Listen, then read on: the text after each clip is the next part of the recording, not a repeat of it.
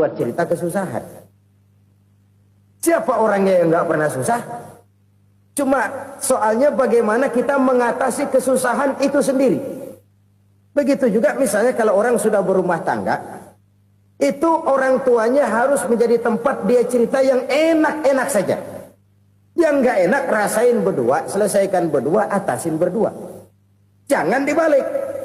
Asal senang diam, giliran susah saja. Maknya laporan. Terbalik. Bisa menjaga security informasi. Maka nama bayam keluar diam. Malah seluitan. Enak amat lo makan daging ayam. Security informasi. Saudara-saudara kaum muslimin rahimakumullah. Ujian yang terberat itu yang pernah diberikan kepada para nabi, para rasul, para aulia, para ulama. Makin tinggi keimanan, makin berat bentuk kesulitan. Ayo saya kemukakan satu contoh saja. Ada seorang nabi yang kaya, nabi kaya, namanya Nabi Ayub. Iblis kalau orang begini kan keki.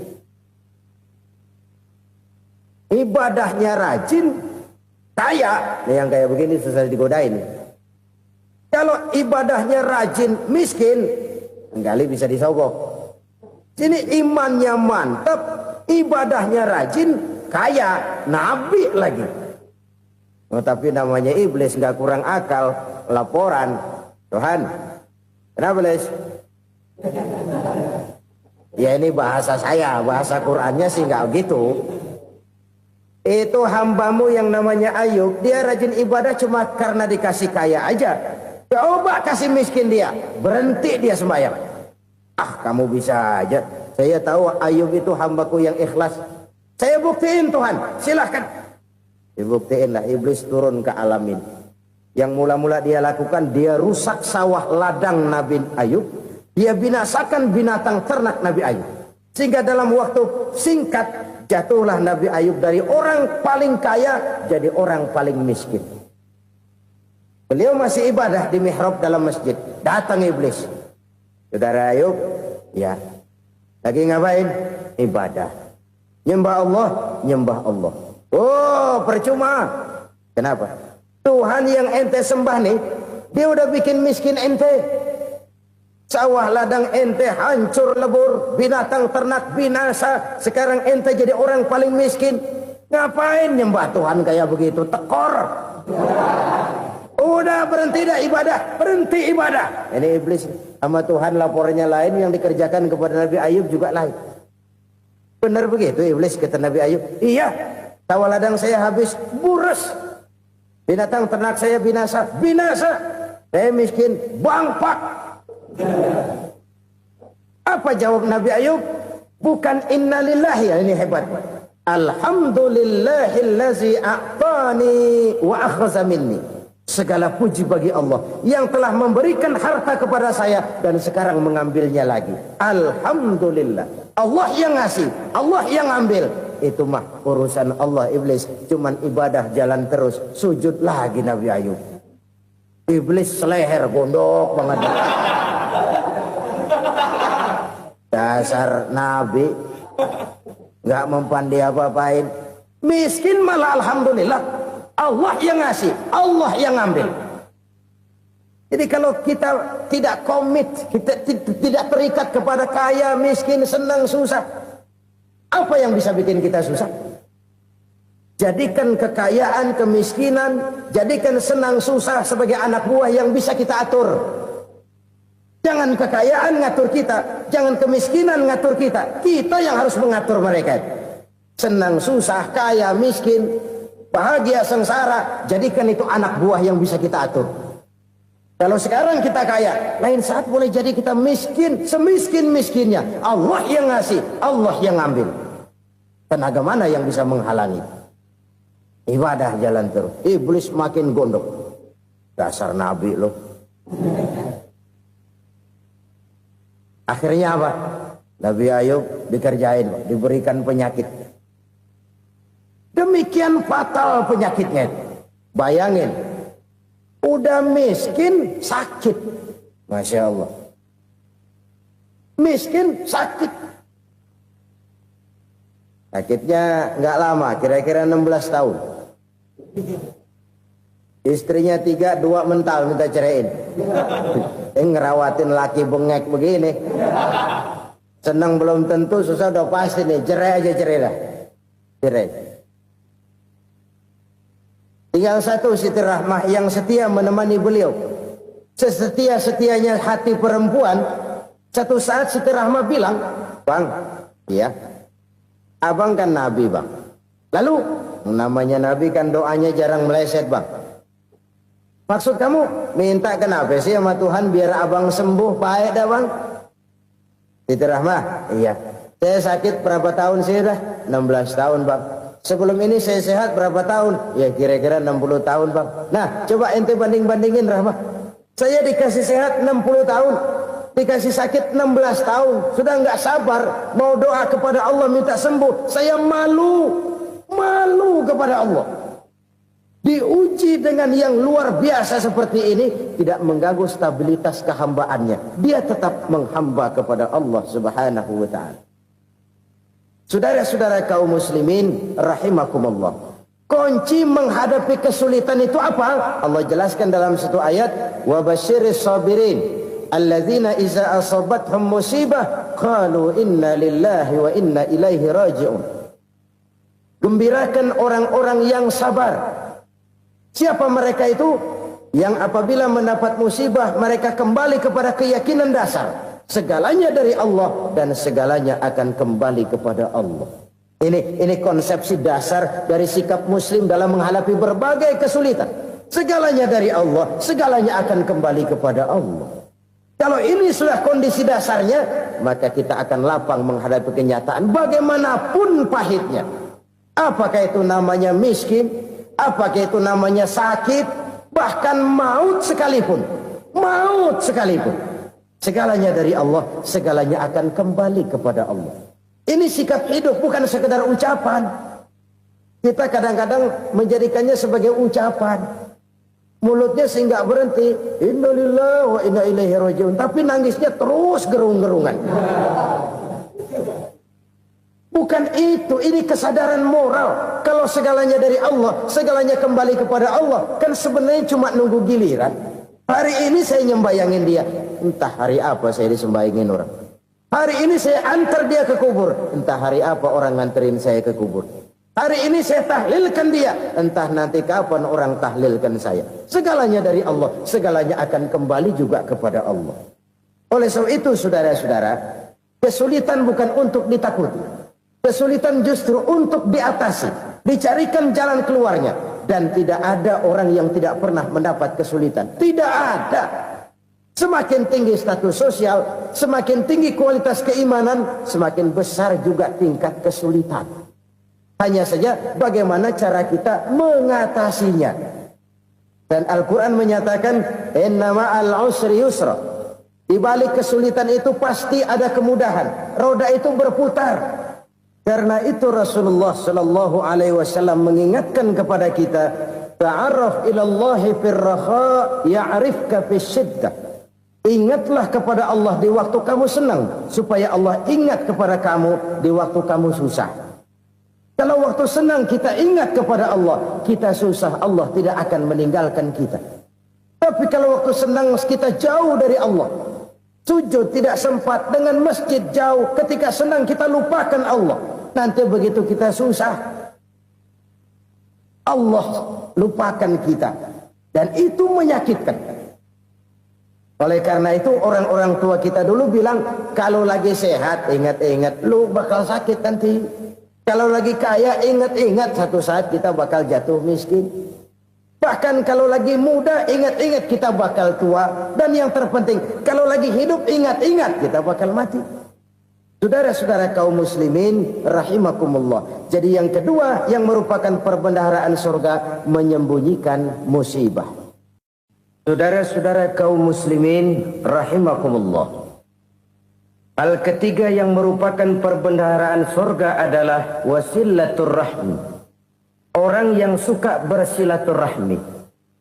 Sebagaimana yang kita maklum, bahwa manusia adalah makhluk yang disebut zon politik, makhluk sosial yang tidak mungkin hidup sendiri-sendiri.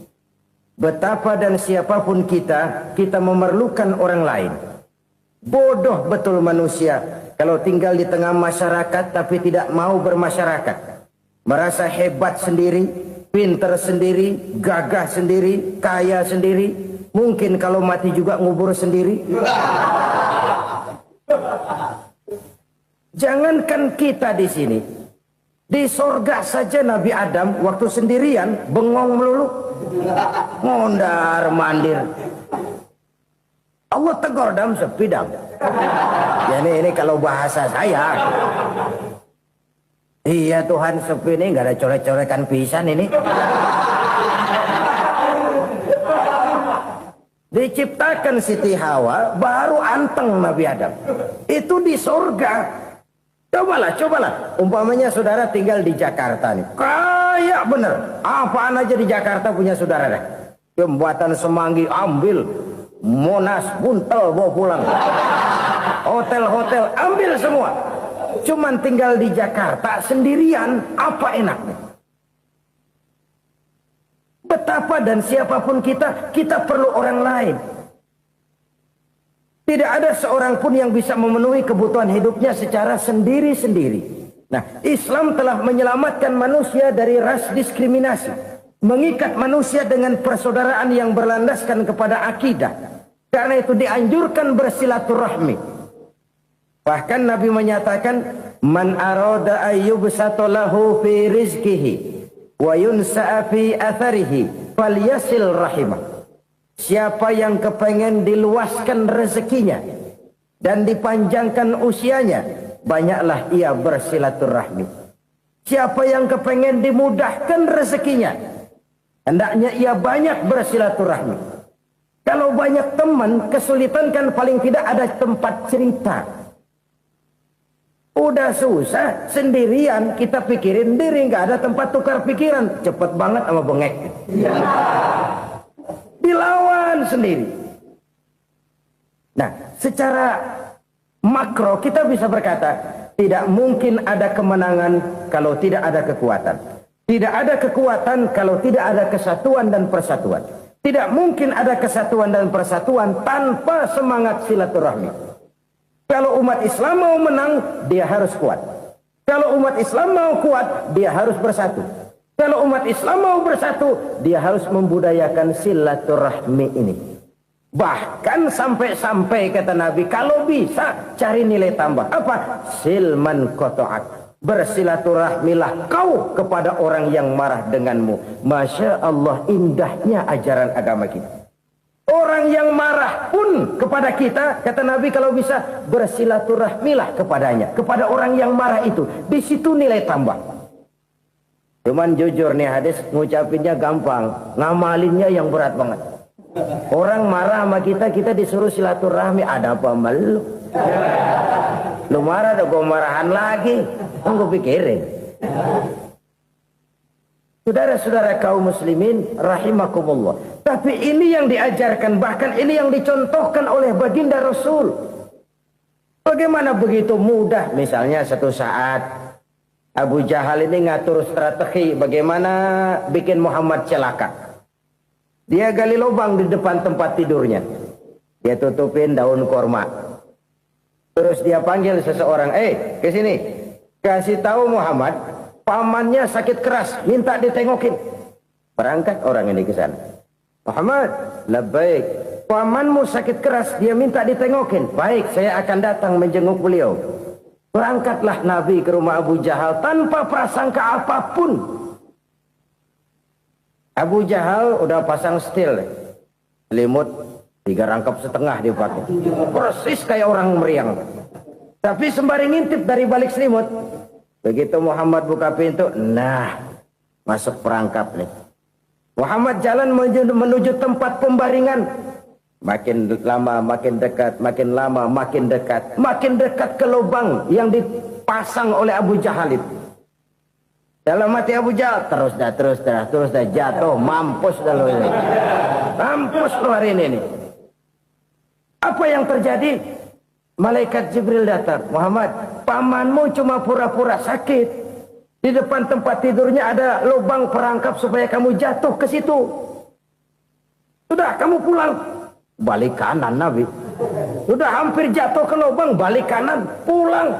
Bayangin kecewanya Abu Jahal. Muhammad dikit lagi, Muhammad dikit lagi. Enggak paman, saya pulang aja. Emosi bangun dari tempat tidur, enggak sadar kalau lagi pura-pura sakit. Lompat ngejar Nabi, dia lupa dengan lubang yang dia gali. Usrak, nyemplung sendiri ke dalam lubang.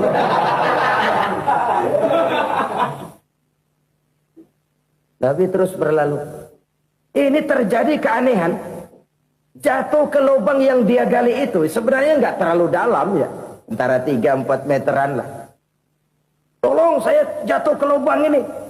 Datanglah pelayan-pelayannya itu. Angkat saya dari sini. Oh, yang ngulurin tambang. Satu gulung, belum juga nyampe itu tambang. Kurang, beli lagi ke warung. Sambung, ulur lagi, nggak juga bisa sampai. Wah, ini kerjaan Muhammad ini. Tolong, siapa salah seorang kamu ke rumah Muhammad, kasih tahu encangnya kecebur. Minta ditolongin. Sampaikan kepada Rasul. Kenapa? Pamanmu jatuh ke lubang, Muhammad minta tolong diangkatin. Tambang udah nyambung-nyambung nggak nyampe juga. Ya, nanti saya datang, saya tolong. Coba. Nyata-nyata orang berniat jahat mau mencelakakan dia. Datang dia menolong. Ini yang disebut air tuba dibalas air susu ya ini. Bukan sebaliknya. Air tuba dibalas air susu. Paman, kecebur ya? Iya Muhammad, tolong ini. Pegang tangan saya. Nabi ulurkan tangannya, nyampe, dipegang oleh Abu Jahal, diangkat ke atas, sampai atas. Apa kata Abu Jahal? Sihirmu memang hebat Muhammad. Udah ditolongin dikata sihir. Yang enak kita kemplang kan itu orang begitu. Urusan apa? Tapi inilah akhlak. Kalau bisa kamu bersilaturahmilah dengan orang yang marah kepadamu sekalipun. Orang marah kita tetap baik. So, kalau kita berbuat baik sama orang yang memang baik, rasanya sih biasa-biasa aja. Orang baik kita baik lagi, ya draw aja, belum ada nilai tambah di situ. Baru ada nilai tambah kalau kita bisa berbuat baik kepada orang yang nyakitin kita. Itu namanya kita setingkat di atas dia. Dia sakitin kita, kita berbuat baik sama dia. Dia pelit sama kita, kita baik sama dia. Dia marahin kita, kita deketin dia. Di situ kita punya nilai tambah. Jadi siapa yang ingin diluaskan rezekinya kata Nabi dan dipanjangkan umurnya, hendaklah ia banyak-banyak bersilaturahmi. Sederhana sebenarnya silaturahmi, tapi silaturahmi membangkitkan semangat kesatuan dan persatuan. Kesatuan dan persatuan melahirkan kekuatan. Dalam matematika 1 ditambah 1 pasti 2. Tapi di tengah masyarakat, 1 orang takut ditambah 1 orang takut, hasilnya jadi 2 orang setengah berani. Kenapa setengah berani? Karena udah berdua. Tadi pan takut sendirian. Kalau dia kumpul turu-turu takut lah jadi berani. Kita yang lemah, kita yang tidak berdaya, kita yang miskin, kalau mau kompak bersatu, apa yang nggak bisa kita kerjain? Apalagi tinggal di kota besar, pilihan cuma 2. Bertahan atau minggir. Bertahan atau minggir. Untuk bisa bertahan harus mampu bersaing. Untuk mampu bersaing harus punya keahlian. Keahlian harus ditunjang dengan pendidikan, ditambah oleh kekompakan sebagai umat. Udah miskin mencar mulu, orang injek gitu. Orang nggak pandang urusan apa yang malu. Oleh karena itu, silaturahmi pada hakikatnya merupakan roh dari ukhuwah yang diajarkan oleh agama kita. Bagaimana Islam menyelamatkan masyarakat manusia dari ras diskriminasi, mengikat manusia, dan tidak ada persaudaraan yang lebih indah selain persaudaraan yang diikat dengan nilai-nilai akidah. Sepanjang orang di jalan Allah, itulah saudara kita. Keluar dia dari jalan Allah, selesailah persaudaraan sampai di situ. Karena itu, kalau ingin menyimpan sesuatu di surga, banyaklah bersilaturahmi. Datang ke rumah ini, datang ke rumah itu, dan lain sebagainya. Itu simpanan kita di akhirat nanti. Ini yang ketiga. Saudara-saudara, yang keempat, perbendaharaan surga itu apa? Wa qawlu la hawla wa la quwwata illa billah. Ucapan la hawla wa la quwwata illa billah. Ibadah kan ada yang berat, modalnya besar. Bangun masjid berat, modalnya besar. Bangun rumah sakit berat, modalnya besar. Ada ibadah yang berat, tapi modalnya ringan. Misalnya puasa. Puasa itu berat, mengendalikan nafsu. Kalau sekedar nggak makan nggak minum sih enteng. Mengendalikan nafsu itu jihad terbesar. Tapi kan modalnya ringan, cuma niat saja. Ini ibadah berat, modalnya ringan. Ada ibadah yang ringan, modalnya juga enteng. Seperti termasuk ucapan la haula wa la quwwata illa billah. Tanpa sadar, la haula wa la quwwata illa billah. Nyelengin tuh di surga. Nyelengin, kita nggak terasa. Nyelengin simpenan akhirat. La haula wa la quwwata illa billah. Nyimpan lagi. Kaget. La haula wa la quwwata illa billah. Nyimpan lagi. Banyak simpenan. Walaupun sebenarnya yang dimaksud di sini adalah kesadaran batin.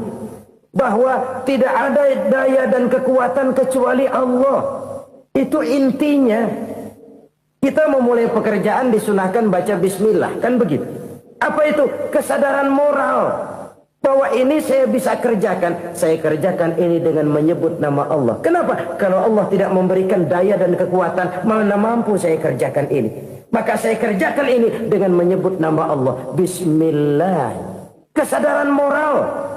Manusia hanya wajib berusaha, tapi nggak pernah wajib berhasil.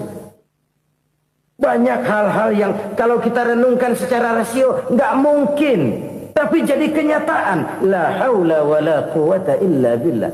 Tidak ada daya dan kekuatan kecuali bagi Allah semata-mata. Kesadaran moral akan kelemahan dan keterbatasan makhluk bernama manusia. Kadang kita kagum dengan otak, tapi kita sering lupa sama yang bikin otak. Padahal bagaimanapun hebatnya otak, yang bikin otak pasti lebih hebat dari otak. Nggak percaya, silahkan otak-otakan. Inilah kecenderungan. Kita kagum dengan pesawat-pesawat mutakhir, bukan main, besi gede banget terbang itu. Alangkah hebatnya. Lalu apa yang bikin otak tidak lebih hebat dari itu semua? Kita puji laut. Apa yang bikin laut tidak lebih hebat dari laut itu? La haula wa la quwwata illa billah. Tidak ada daya dan kekuatan kecuali Allah. Apa yang bisa kita lakukan? Kalau tidak karena daya dan kemampuan yang diberikan oleh Allah kepada kita. Lahirlah sikap tawadu, rendah hati. Tidak melonjak menjadi angkuh dan sombong. Sadar akan kelemahan dan keterbatasan diri. Sebagai makhluk yang diciptakan oleh Allah Subhanahu wa ta'ala. Jadi satu sisi ini ucapan yang berpahala, la haula, jadi wiridan. Pada sisi lain ini kesadaran moral, sikap mental, kesadaran batin. Bahwa yang punya daya dan kekuatan itu cuma Allah. Kita nggak pantas untuk sombong. Sebab sombong itu pakaiannya Allah. Kita nggak sedang pakai pakaian Allah, kegedean. Dan makin kita renungi, makin terbentur. Apa sih yang bisa kita sombongin? Kita mau sombong apa? Kayak pintar, itu kan semua relatif. Di atas langit masih ada langit lagi. Jadi oleh karenanya, marilah kita menyadari. Manusia hanya wajib berusaha, tapi tidak pernah wajib berhasil. Yang berusaha saja tidak wajib berhasil, apalagi yang tidak berusaha. Islam bukan agama orang pemalas yang selesai sholat lalu ngelohom, nggelenggem ayem-ayem. Tapi Islam bukan agama orang sombong yang setelah berusaha lalu tidak memerlukan Allah. Kita bisa saja bikin proyeksi, tahun sekian kita bakal panen besar menurut perhitungan otak. Tapi ada kejadian lain. Apa? Tikus ngambek. Habis itu dimakanin tikus, panen gagal. Proyeksi rasional gagal oleh tikus-tikus yang ngambek itu. Bisa saja terjadi. Tahun depan kita panen besar. Urung. Kenapa? Musim panas panjang. Dan sekarang ini koran-koran bikin berita musim mengalami penyelewengan. Bukan cuma manusia yang nyeleweng sekarang. Musim pakai nyeleweng. Mestinya kan musim hujan udah selesai. Masih hujan-hujan juga. Musim. Nah sekarang kita boleh bikin proyeksi. Kita bakal panen besar. Tahu-tahu musim panas panjang. Sawah retak, air kering. Cari teknokrat yang paling botak. Suruh pendekin tuh musim panas. La haula wa la quwata illa billah. Inilah kesadaran moral. Saudara, saya teringat satu saat ada seorang konglomerat.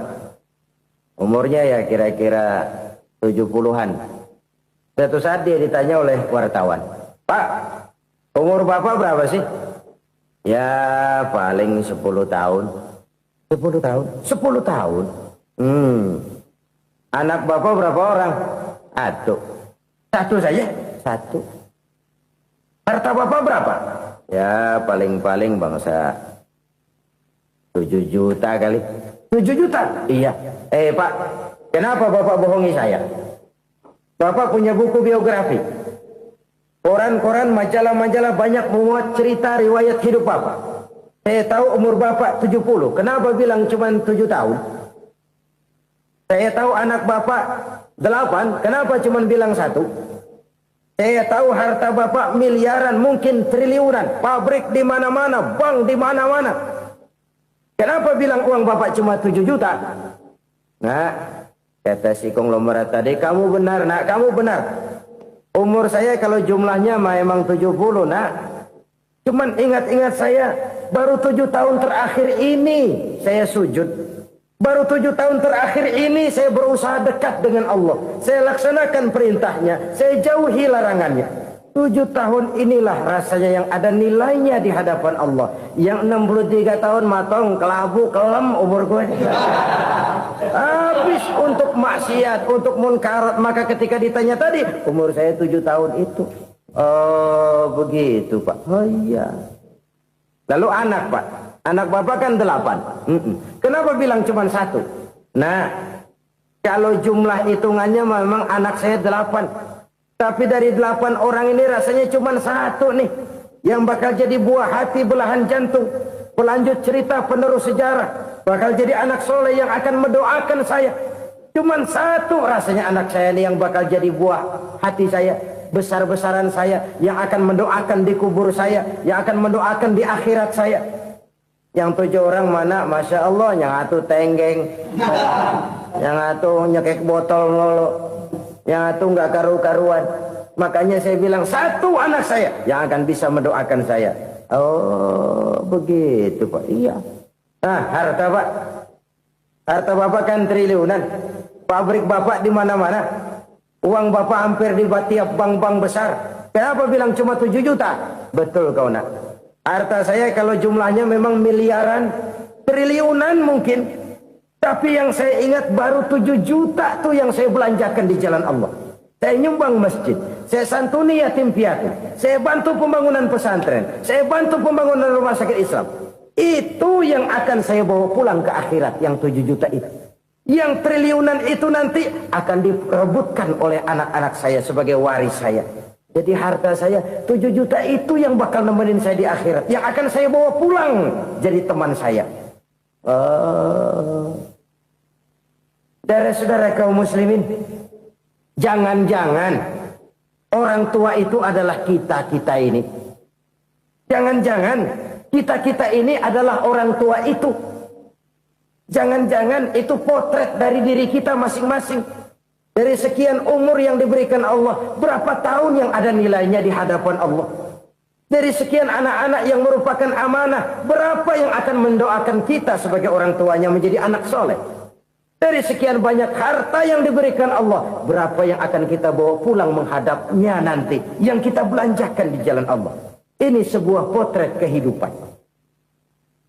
Karena itu kita kembali kepada la haula wa la quwata illa billah. Kita wajib berusaha, kita wajib berikhtiar. Selebihnya Segala daya dan kekuatan hanya milik Allah saja semata-mata. Satu kesadaran batin dari setiap pribadi muslim. Setelah ia berusaha dan berikhtiar, ia menyerahkannya kepada Allah Subhanahu wa ta'ala.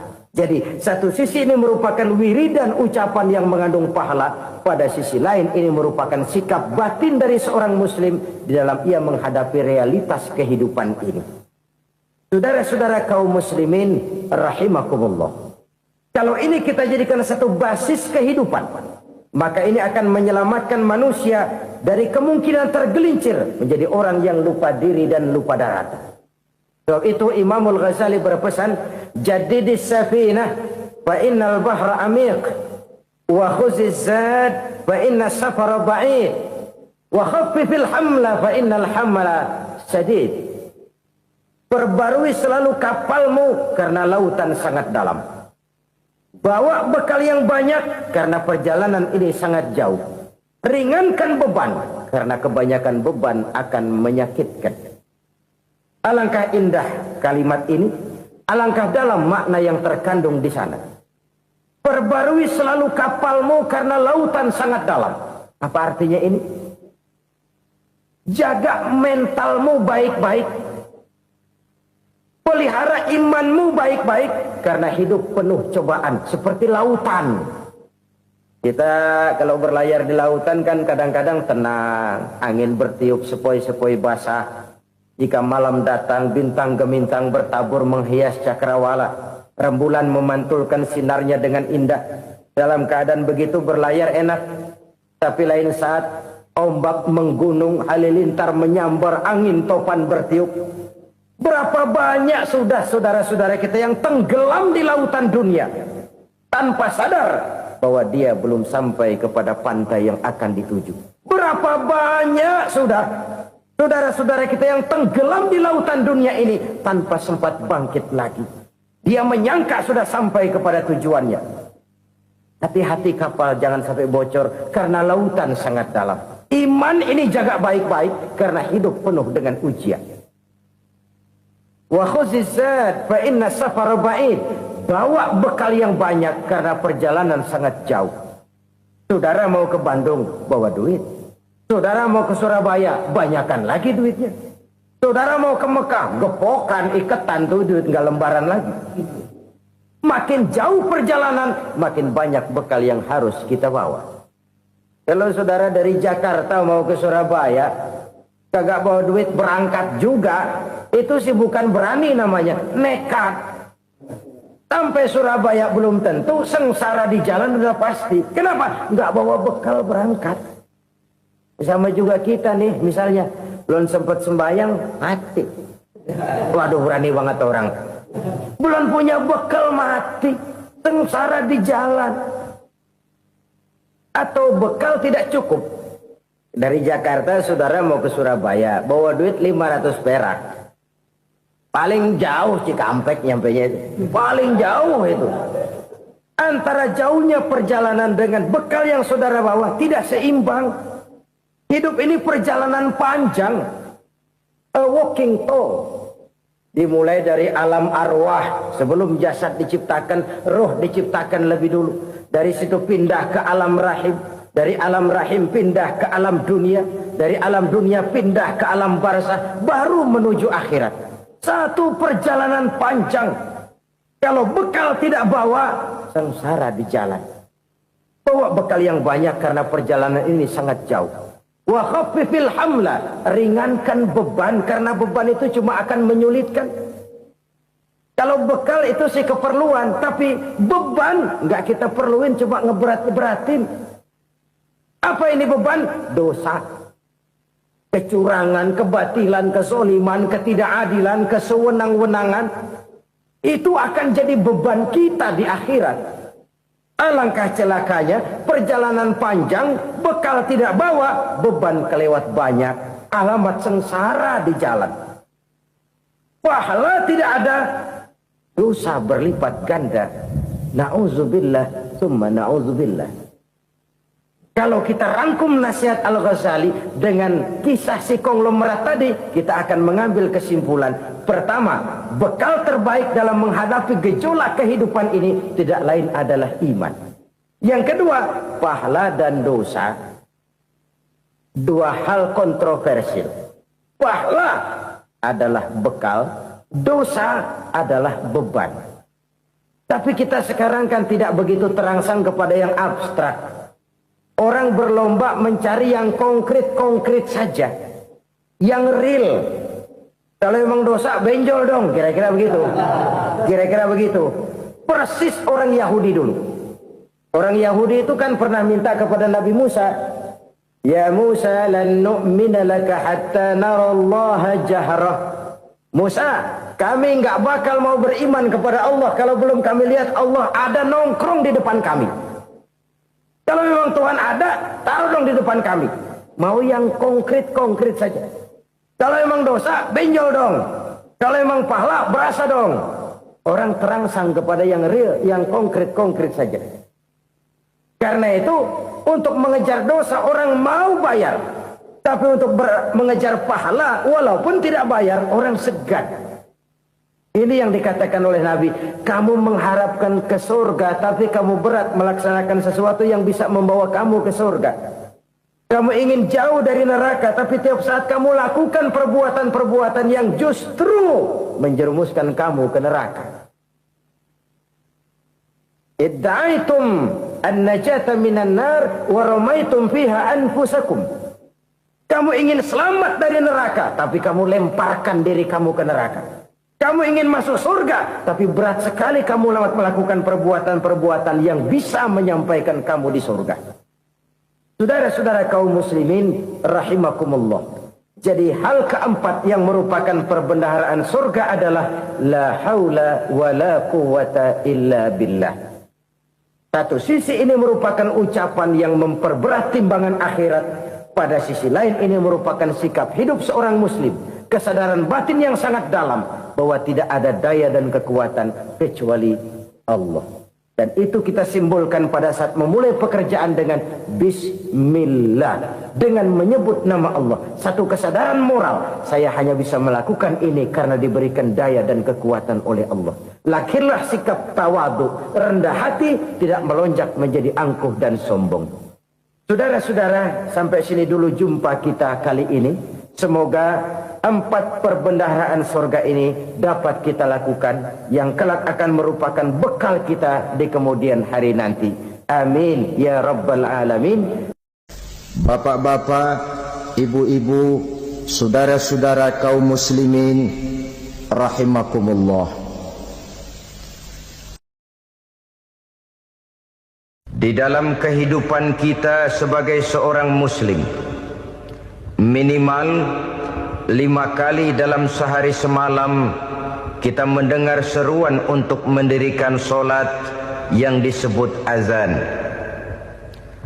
Ada kalimat menarik di dalam kalimat azan itu, yakni seruan hayya 'alal falah, marilah menuju kepada keberuntungan, marilah meraih kemenangan. Seruan ini adalah kecenderungan dari setiap manusia, apapun warna kulitnya. Artinya, setiap orang dalam hidup selalu ingin meraih dan mencari kemenangan. Kemenangan akan melahirkan kepuasan batin, dan kepuasan batin memberikan kebahagiaan. Sedangkan kekalahan melahirkan penderitaan batin, dan penderitaan batin menjerumuskan seseorang di dalam berbagai bentuk kerugian. Jikalau inilah seruan azan, maka masalahnya ialah apa yang menyebabkan kita meraih kemenangan. Al-Quranul Karim memberikan tuntunan dan ajaran kepada kita bahwa orang-orang yang memperoleh kemenangan itu tidak lain adalah orang-orang yang bertakwa. Hanyalah mereka yang bertakwa kepada Allah Subhanahu wa ta'ala pada akhirnya akan tampil sebagai pemenang. Lalu siapa orang yang bertakwa itu? Dijelaskan dalam awal-awal Al-Baqarah, orang yang bertakwa yang akan meraih kemenangan. Pertama, allazina yu'minuna bil ghaib, yaitu orang-orang yang beriman kepada yang gaib. Percaya bahwa ada alam yang gaib, alam yang abstrak, alam yang tidak bisa dijangkau oleh salah satu daripada panca indera kita. Mereka percaya dan beriman kepada adanya malaikat, beriman kepada adanya iblis dan jin, beriman kepada adanya alam kubur, beriman kepada adanya alam mahsyar, beriman kepada adanya alam akhirat, beriman kepada adanya surga dan neraka. Beriman bukan cuma sekedar beriman dalam ucapan bibir saja, tetapi beriman yang nilai iman itu mampu mewarnai gerak dan gaya hidupnya. Iman yang meresap sampai ke tulang sumsum, kemudian memberikan dampak positif di dalam kehidupan manusia. Alam, kita tahu, adalah sesuatu yang selain Allah, dan Allah bukanlah alam. Apapun namanya selain daripada Allah, itu adalah alam. Alam pada hakikatnya terbagi menjadi dua. Ada alam syahadah, alam nyata, alam konkret, alam yang bisa dijangkau oleh salah satu indera kita. Kemudian ada alam ghaib, alam yang tidak bisa dijangkau oleh panca indera kita, alam metafisika, alam abstrak, alam yang wajib kita imani keberadaannya. Kita percaya bahwa malaikat itu ada. Kita percaya kepada jin, bahwa jin itu ada. Kita percaya kepada adanya iblis dan setan. Bukan percaya kepada iblis dan setannya, percaya bahwa iblis dan setan itu ada. Itu termasuk salah satu daripada sifat orang yang bertakwa kepada Allah. Saudara-saudara kaum muslimin rahimakumullah, kecenderungan pembangunan yang lebih bersifat materialistis biasanya menggeser aspek kehidupan rohani. Orang berpikir empiri, dan dalam pola pikir yang demikian, maka alam gaib tidak lagi mendapat perhatian. Aspek kehidupan yang bersifat rohaniah malah mulai ditinggalkan. Akibatnya terjadilah kepincangan di dalam kehidupan kita. Pernah ada satu pengalaman pribadi dalam perjalanan kembali ke tanah air. Dalam pesawat di sebelah kanan saya duduklah seorang Jerman, namanya Heiner Simonsen. Iseng saya ajak kenalan, saya ajak ngobrol, saya tanya dia. Saya bilang, Mas Heiner ini, kalau pesawat yang kita tumpangi ini jatuh ke bawah, kira-kira apa yang bakal terjadi, Mas? Dia bilang, kita semua akan mati. Begitu? Iya. Oke. Apa itu mati? Tanya saya. Dia bilang, untuk tahu apa itu mati, kita harus tahu lebih dahulu apa itu hidup. Saya pikir nih bule bisa ngomong juga. Baiklah kata saya. Apa hidup menurut Anda itu? Oh, hidup itu dia bilang, kalau seluruh anggota badan kita bekerja secara normal, paru-paru memompa darah secara normal, jantung berdetak secara normal, sel-sel tubuh bekerja secara fit, dan organisme tubuh hanya mau bekerja secara normal, dia bilang, kalau kita memberi makan yang cukup, menu yang teratur, dan gizi yang lengkap. Saya bilang, kesimpulannya apa, Ner? Dia jawab, hidup adalah dari tangan ke mulut. Life is from the hand to the mouth, kata dia. Hidup adalah dari tangan ke mulut. Jadi masalah hidup tidak lebih daripada masalah isi perut. Orang pergi pagi, pulang sore, peras keringat, banting tulang, perut yang dibelain.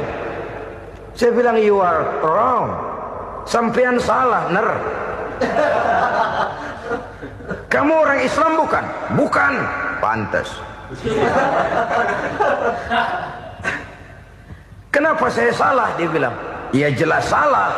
Salahnya di mana? Kamu ini manusia. Kalau hidup cuma dari tangan ke mulut, saya bilang, kambing di kampung saya juga begitu pikirannya, Ner. Itu kambing di kampung saya, asal perutnya kenyang, sudah hidup dia. Perkara besok bagaimana, lusa prospeknya macam mana, bulan depan ada apa, kambing nggak pernah mikir. Di kampung saya kambing juga pikirannya begitu. Kamu Kristen ya? Tadinya. Loh kok tadinya, lalu apa sekarang kamu ini? Dia bilang sekarang saya netral. Saya tidak beragama, tapi saya percaya kepada Tuhan sebagai pencipta alam. Saya ingat benar dia bilang, I haven't any religious, but I believe to God as the creator of the world. Kenapa bisa netral begitu, Ner? Habis saya bingung katanya. Islam bilang Islam baik, Kristen bilang Kristen baik, Hindu Buddha bilang Hindu Buddha baik, semua agama baik. Saya netral sekalian, nggak beragama. Yang penting saya percaya kepada Tuhan. Saya bilang, Ner, kamu ini kayak orang mau beli celana, lalu bingung. Yang satu bilang Levi's bagus, yang satu bilang Blue Jean hebat, yang satu bilang Wool England hebat. Celana ini hebat, celana itu bagus, celana ini hebat. Semua celana bagus, kamu bingung. Akhirnya netral, tidak pakai celana. Itu juga salah. Saya pikir-pikir, kemudian saya melihat bahwa dua pola berpikir Henner ini nampaknya sudah mulai menggejala di lingkungan masyarakat bangsa kita. Disadari atau tidak, secara jujur kita harus berkata, dua pola pemikiran Henner ini mulai berkembang di tengah masyarakat bangsa kita. Pertama, pola pikir materialisme. Hidup adalah dari tangan ke mulut. Masalah hidup tidak lebih masalah isi perut. Itu yang perlu dibela, dan disitulah arti kehidupan. Pergi pagi, pulang sore, peras keringat, banting tulang untuk mempertahankan perut. Kalau sudah kemari cara orang berpikir, maka buat apa percaya kepada yang gaib? Untuk apa sholat? Untuk apa puasa? Untuk apa zakat? Untuk apa menghadiri majelis taklim? Tanpa kepercayaan kepada yang gaib, hidup berjalan menurut alur empiris dan materialis. Kalau sudah ke sana cara orang berpikir, biasanya orang lalu cenderung menghalalkan segala cara. Hanyalah orang yang percaya bahwa akhirat ada. Hanyalah orang yang percaya bahwa alam kubur itu ada. Hanyalah orang yang percaya bahwa malaikat itu ada, hidupnya akan lebih terarah dan terkendali. Karena kepercayaan kepada yang gaib, yang merupakan fase daripada kehidupan setelah hidup yang sekarang ini, mewarnai gerak pribadi seseorang di dalam dia melakukan kegiatan hidupnya. Pola berpikir materialisme, disadari atau tidak, mulai menggejala di lingkungan masyarakat bangsa kita. Hidup tidak lebih dari urusan tangan ke mulut, mulut ke tangan, tangan ke mulut. Asal perut sudah kenyang, hiduplah sudah. Perkara bagaimana prospek hari yang akan datang, bagaimana akhirat, tidak jadi persoalan. Ini yang oleh Nabi diperingatkan, ad-dunya sijnul mu'min wa jannatul kafir. Dunia adalah penjara bagi orang beriman dan surga bagi orang kafir. Dulu di zaman Belanda hadis ini pernah disalah tafsirkan, disalah artikan, digunakan sebagai senjata untuk mengkebiri dan membuat impoten umat Islam. Sudahlah umat Islam gak usah macam-macam, kata Belanda. Dunia ini kan penjara buat orang Islam, surga buat orang kafir. Di penjara jangan bertingkah.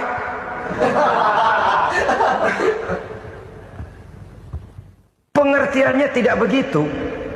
Dunia adalah penjara bagi orang mukmin. Artinya dalam kehidupan dunia seorang mukmin tidak bebas memperturutkan hawa nafsunya. Di penjara hawa nafsunya itu. Sebaliknya, surga bagi orang-orang kafir. Buat orang kafir, surgalah dunia ini. Mereka bebas memperturutkan hawa nafsunya. Dilarang tidak terlarang, dicegah pun tidak tercegah. Mereka hidup menurut alur bisikan nafsu mereka sendiri.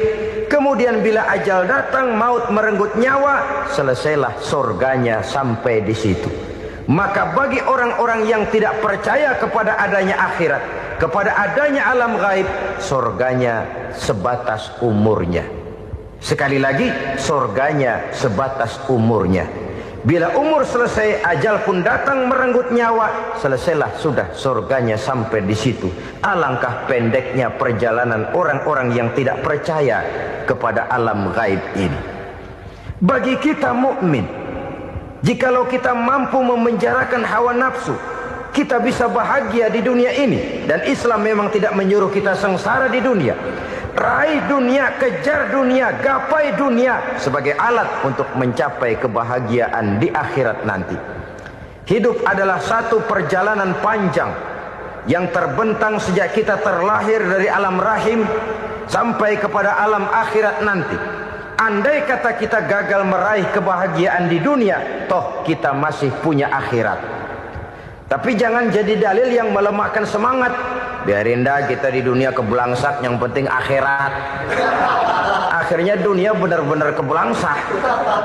Bagaimana dunia ini bisa kita raih, dan bagaimana meraih dunia untuk menunjang kepentingan akhirat nanti. Yang kedua, dari pikiran Heiner yang saya lihat menggejala di lingkungan masyarakat bangsa kita, timbulnya manusia-manusia netral. Seolah-olah Tuhan yes, agama no. Sama Tuhan percaya, agama ogah. Tuhan ngangguk, giliran agama godeng. Padahal hampir dalam setiap ayat dalam Quran, kata-kata amanu biasanya bergandeng dengan wa amilus sholihat. Iman dan amal soleh. Ini sebagai isyarat Tuhan dan agama jangan pernah dipisah-pisah. Apabila kita bertuhan, maka kita harus beragama. Apabila kita beragama, maka agama itu harus bersumberkan dari Tuhan yang kita imani itu. Tidak mungkin kita pisah, Tuhan yes, agama no. Sama Tuhan percaya tapi agama bikin sendiri. Sembayangnya cukup bengong 2 jam madep mulon.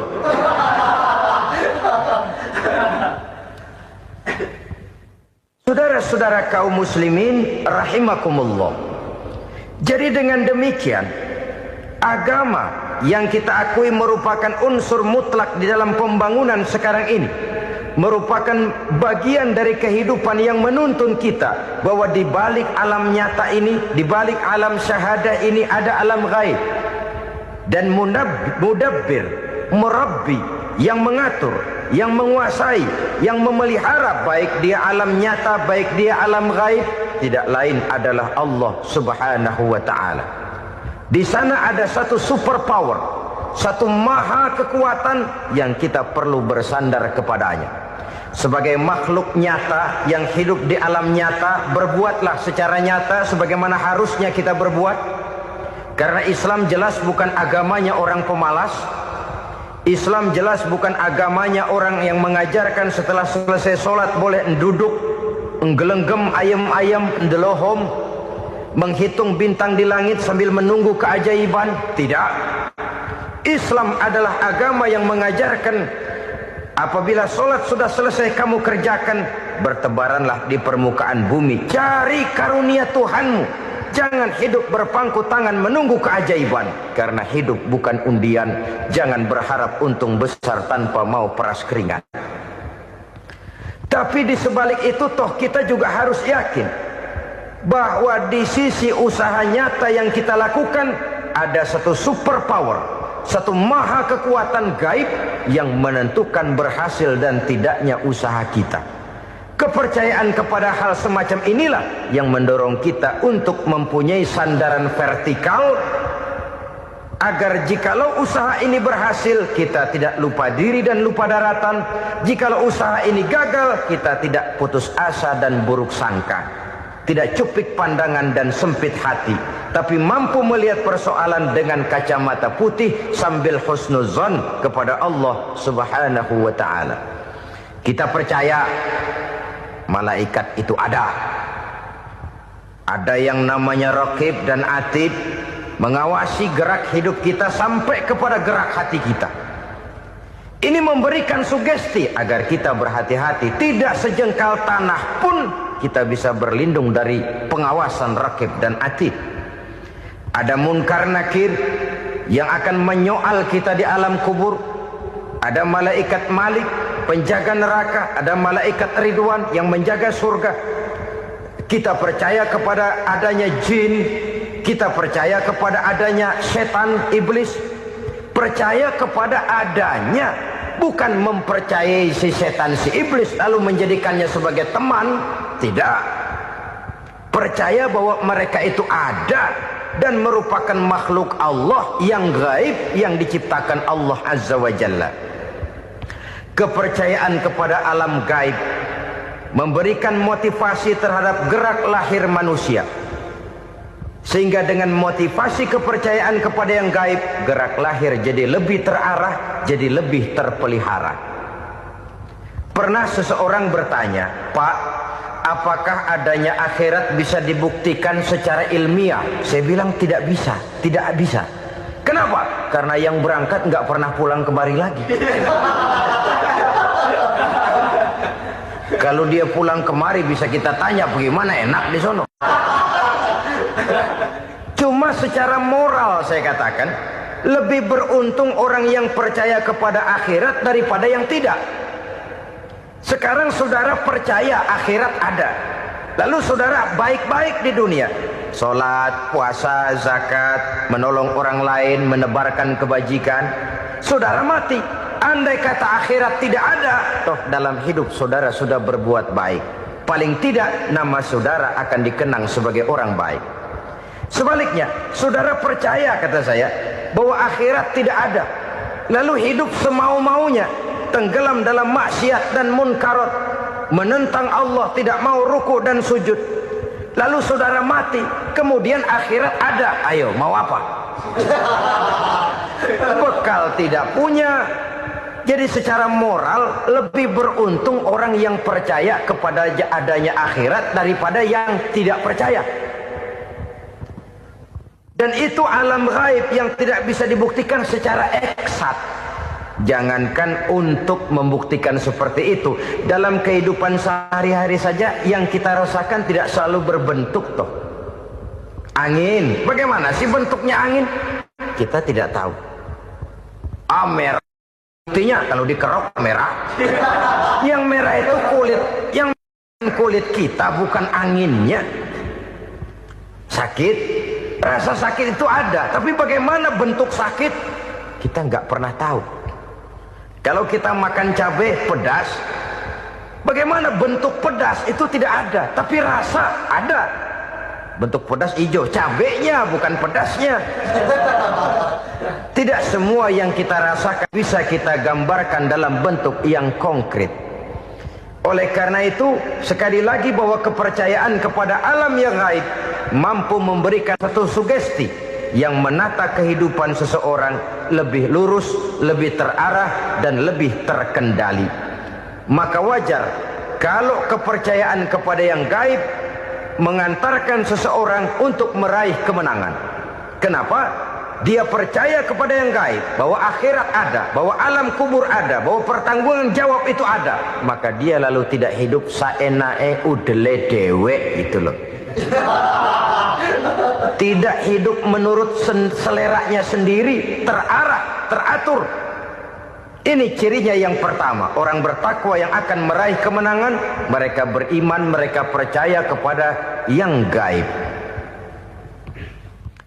Bahkan hal-hal konkret saja selalu berangkat dari yang gaib. Saudara-saudara, para remaja, para pemuda sekarang ini tidak pernah tahu toh siapa yang akan jadi teman hidup saudara. Kita bisa saja ngerancang, mentargetkan, tapi toh akhirnya yang namanya jodoh bukan kekuasaan kita. Rezeki di luar kemampuan kita. Begitu juga ajal. Maut, jodoh, ajal adalah contoh-contoh konkret bahwa pada akhirnya yang gaiblah yang menentukan. Bertahun-tahun ngelancong, emang jodoh seret, nggak jadi.